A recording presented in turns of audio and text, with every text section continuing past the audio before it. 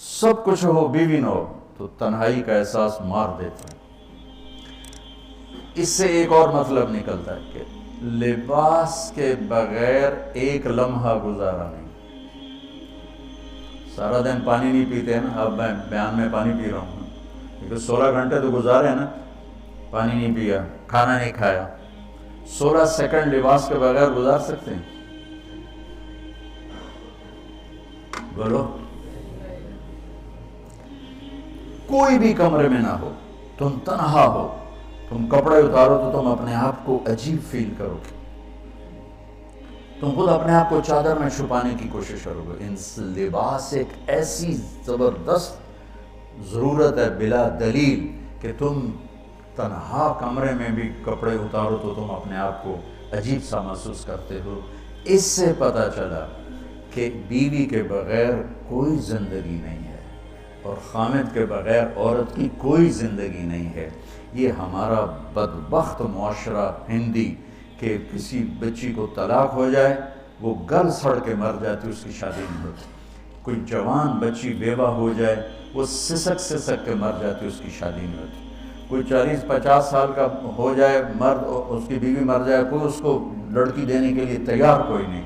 اور لباس کا لفظ بتاتا ہے کہ شادی کے بغیر انسان ننگا ہے، اور ننگے انسان کا کوئی کہیں بھی گزارا نہیں ہے۔ لفظ لباس بتاتا ہے کہ ہم اس چیز کو رواج دیں کہ شادیاں ہوں، بیوہ کی شادی ہو، مطلقہ کی شادی ہو، کوئی اس کی بیوی مر جاتی ہے۔ حضرت ابن مسعود کا فرمان ہے اگر میری موت میں 10 دن باقی ہوں تو بھی میں شادی کر لوں گا اگر میری بیوی مر جائے تو۔ ابو ہریرہ کہتے ہیں اگر میری زندگی میں 7 دن باقی ہوں اور میری بیوی مر جائے تو میں 1 ہفتہ بھی شادی کے بغیر نہیں رہوں گا، میں شادی کر لوں گا۔ تو ہم ایک ہندی معاشرے سے متاثر ہیں جہاں بیوہ کی کوئی سنوائی نہیں، مطلقہ کی کوئی سنوائی نہیں، اور کوئی جوان بھی 2-4 بچے ہیں اور بیوی مر جائے تو اس کی کوئی شادی نہیں ہے، سسک کے وہ بلک کے زندگی گزارتے ہیں۔ ہم لوگ اس کو رواج دیں۔ لباس، لفظ لباس بتا رہا ہے کہ جیسے لباس کے بغیر ایک لمحہ آدمی چین سے نہیں بیٹھ سکتا، ایسے ہی اس رشتے کے بغیر زندگی میں کوئی خوبصورتی نہیں، کوئی حسن نہیں۔ میں نے جیسے کہا لباس سب سے قریب ہے، تو اس کے بعد بیوی کا حق سب سے پہلے آ جاتا ہے۔ ماں باپ کی طرف سے زیادتی آئے تو تمہارے ذمہ ہے اپنی بیوی کو بچاؤ، اللہ کے واسطے اپنی بیویوں کی حفاظت کرو۔ ہاں، تمہاری بیوی کی طرف سے زیادتی آئے تو اللہ کے واسطے ماں باپ کی حفاظت کرو۔ تو اس کا مطلب یہ نہیں کہ تم ڈنڈا اٹھا دو، اپنے اخلاق ایسے بناؤ، سپرنگ بن جاؤ، سپرنگ جو فریشرز کو قبول کر کے دب کر کے نیچے چلا جاتا ہے۔ نیچے جانے میں جڑ جانے کا نظام چھپا ہوا ہے کہ جھک جاؤ، ماں باپ ناراض ہو ان کے پاؤں پکڑ لو، بیوی ناراض ہو اس کے پاؤں پکڑ لو۔ ذلت میں عزت چھپی ہوئی ہے، ساری زندگی کا تجربہ بتا رہا ہوں۔ ذلت، اللہ کی رضا کے لیے ذلت اٹھانے میں عزت چھپی ہوئی ہے۔ ہن لباس لکم۔ کتنا ہی مجھے غصہ چڑھا ہو میں اپنے کپڑے پھاڑوں گا، مجھے غصہ آ گیا میں نے اپنے کرتے پھاڑنے میں، کسی یہ پاگل تو کرے گا، سمجھدار دوئے دا کرتا پھاڑے گا، اپنا نہیں پھاڑے گا۔ اب مجھے بیوی پہ غصہ چڑھ گیا تو میرا لباس ہے، اس کو تار کر دوں، گالیاں دوں، تھپڑ ماروں، تو ایسے جیسے میں اپنے کرتے کو پھاڑ رہا اور اپنے کرتے کو تار کر رہا۔ بیوی کو غصہ چڑھے تو وہ اپنے کپڑے پھاڑتی ہے۔ کپڑوں کے لیے کتنے حفاظتی نظام ہیں، الماریاں بنی ہوئی ہیں اور ہینگر بنے ہوئے ہیں، کریز خراب نہ ہو۔ جب پڑھتا تھا نا لاہور تو اسکول میں یا کالج کا میں سب سے خوش لباس لڑکا کہلاتا تھا کہ میں اپنی اسکول سے آ کر نا، اب ہاسٹل میں کوئی استریاں تو ہیں نہیں، نہ کوئی نوکر، تو اپنی پتلون کو ایسے ہاتھوں سے استری کرنا اور کر کے پھر تہ لگانا، پھر سرانے کے نیچے رکھنا اور اس کے اوپر سونا تاکہ خود بخود استری ہو جائے اور کریز ٹھیک ہو جائے، اور رات کو بالوں کے اوپر رومال باندھنا تاکہ بالوں کی سیٹیں خراب نہ ہو جائیں۔ میں نے بال بنوائے تھے وحید مراد کٹ بال، 2 فلم سٹاروں کا ہیئر کٹ چلا، ایک دلیپ کمار کا، ایک وحید مراد کا۔ تو عام جو تھے نا بال کاٹنے والے، وہ 8 آنے لے کے بال کاٹ دیتے تھے۔ وحید مراد کٹ کے لیے 5 روپے لگتے تھے۔ 5 روپے اس زمانے میں بہت بڑی دولت تھی، جب ڈالر 1 روپے کا تھا۔ 5 ڈالر کتنے ہو گئے جی؟ 500 سے اوپر ہے۔ تو یوں سمجھو کہ 5 روپے دے کر وحید مراد کٹ بنتا تھا، تو پھر میں وہ اوپر رومال باندھتا تھا کہ سوتے ہوئے میرے بالوں کا ہیئر سٹائل خراب نہ ہو جائے۔ ایک چھوٹا سا بچہ ہے لیکن اپنے لباس کو کیسے حفاظت کر رہا ہے، کریز ٹھیک کر رہا ہے، سرانے کے نیچے رکھ رہا ہے اور اس کو صاف ستھرا رکھ رہا ہے۔ ہم کھاتے ہوئے کیا کرتے ہیں، آگے اگر کپڑے نئے پہنے ہوں تو آستینیں چڑھا لیتے ہیں کہ کہیں کوئی شوربہ، کوئی سالن ادھر نہ لگ جائے، ادھر نہ لگ جائے۔ میں جب بھی بیٹھتا ہوں تو میری بیوی کہتی ہے آستینیں چڑھاؤ، آستینیں چڑھاؤ، لگنا چاہے۔ اور آگے ہم کیا کرتے ہیں، تولیہ رکھتے ہیں، نیپکن رکھتے ہیں، رومال رکھتے ہیں۔ بڑے بڑے ہوٹلوں میں جاؤ تو پہلے وہ ساتھ رکھا ہوتا ہے کہ کوئی کھانے کا ذرہ گرے، سالن کا کوئی قطرہ گرے تو آپ کے کپڑے خراب نہ ہوں۔ ہم کیچڑ میں جا رہے ہوں تو ہم اپنے پاؤں گندے کر لیتے ہیں، کپڑے گندے نہیں ہونے دیتے۔ اپنے شلوار اوپر کر لیتے ہیں، پتلون اوپر کر لیتے ہیں، پاجامہ اوپر کر لیتے ہیں۔ تو جب کہیں سے کوئی آنے لگے ایسی ناگواریاں تو اپنے اوپر لے لو، بیوی پہ نہ آنے دو۔ ہم کپڑا بچاتے ہیں یا پاؤں بچاتے ہیں؟ کپڑا بچاتے ہیں، شلوار اوپر ٹانگ لیتے ہیں، کرتے بھی یوں سمیٹ لیتے ہیں۔ تو جتنا کیچڑ ہے حالات کا، واقعات کا، اخلاق کا، وہ کیچڑ اپنے اوپر لے لو، بیوی کو بچا لو۔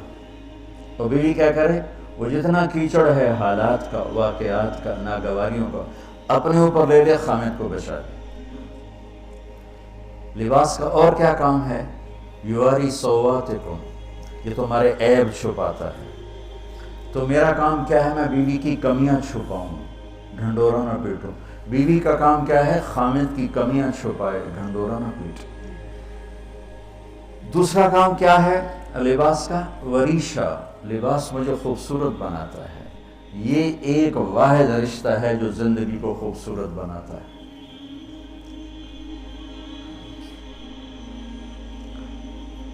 ہن لباس لکم انتم لباس لہن۔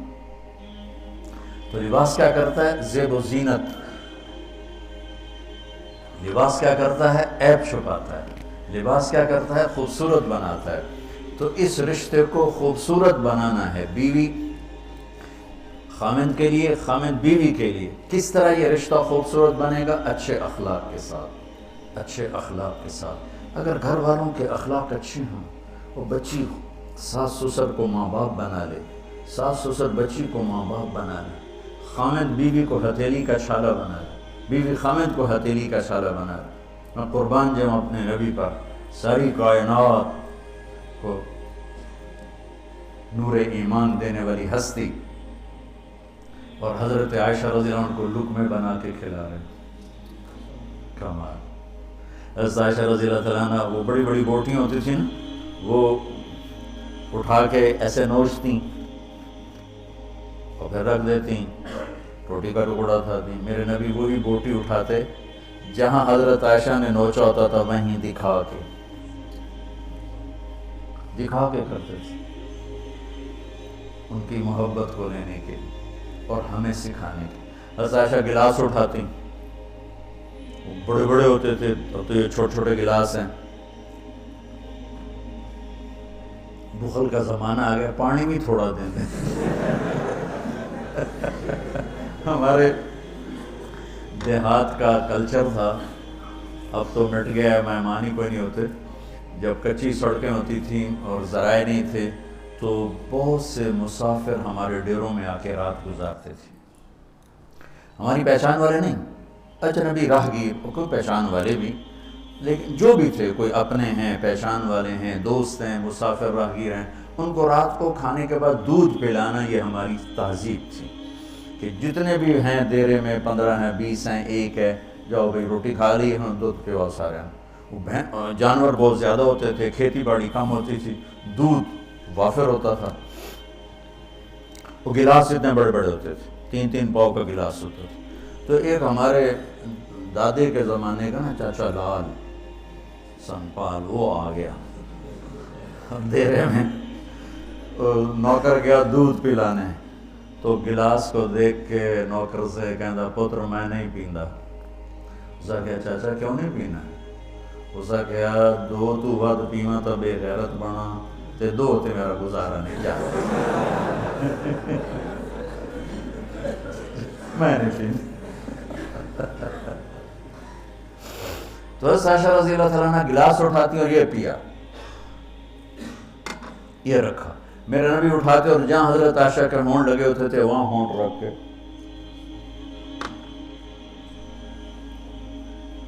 یہ زندگی سکھائی ہے۔ یا عائشو، کیا محبت سے بولا عائشہ، یا عائشو، یہ عاشقانہ انداز ہے، محبوبانہ انداز ہے۔ یا حمیراء، عائشہ اور دوڑ لگائیں، عائشہ مجھے پتہ چل جاتا ہے جب تو میرے اوپر ناراض ہوتی ہے۔ حضرت عائشہ نے کہا وہ کیسے؟ کہ جب تو میرے اوپر ناراض ہوتی ہے نا تو یہ نہیں کہتی مجھے رب محمد کی قسم، تو کہتی مجھے رب ابراہیم کی قسم۔ جب تو میرے اوپر راضی ہوتی ہے تو کہتی مجھے رب محمد کی قسم، اور جب تو میرے اوپر ناراض ہوتی ہے تو کہتی مجھے رب ابراہیم کی قسم۔ کہ یا رسول اللہ صلی اللہ علیہ وسلم نام ہی آپ کا نہیں لیتی، میرا تو دل آپ پہ کیا، میری جان قربان ہے آپ پر۔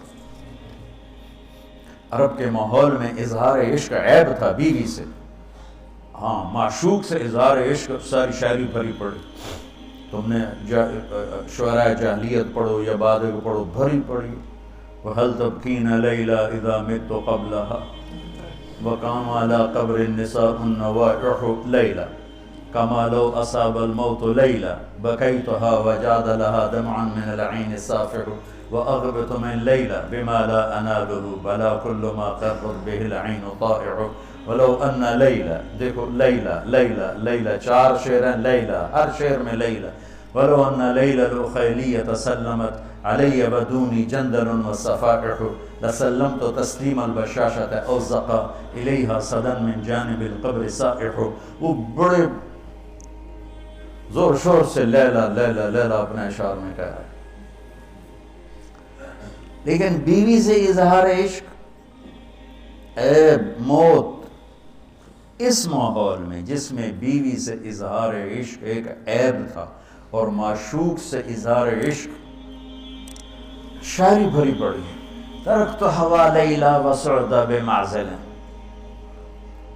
کیا کیا خوبصورت شاعری ہے۔ بے بالشموس الجانحات غواربا، اللہ بساط من الحریر جلاببا حاولنا تفدیتی وخفنا مراقبا فوضعنا ایدیہن فوق ترائب۔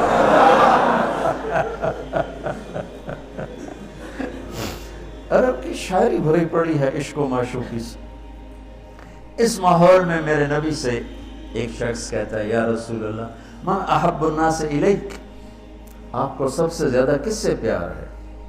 بھری محفل ہے، مسجد الگ نہیں یوں کر کے پوچھ رہا ہو، بھری محفل میں آپ سب سے زیادہ کس سے پیار کرتے ہیں؟ تو آپ نے زور سے کہا عائشہ سے۔ اللہ اکبر، اللہ اکبر، ہائے ہائے ہائے، وہ تو ہل گئے، کہنے لگے، ان کی تو سمجھ میں نہیں آئی بات، تو انہوں نے کہا یا رسول اللہ میرا مطلب ہے مردوں میں آپ کس سے زیادہ پیار کرتے؟ تو آپ کو اندازہ ہو گیا بھائی کیوں یہ پوچھ رہا، اس کو ہضم نہیں ہوا جواب، تو آپ نے کہنا تھا ابو بکر سے، تو آپ نے فرمایا مردوں میں عائشہ کے عباس، ابوہا عائشہ کے عباس۔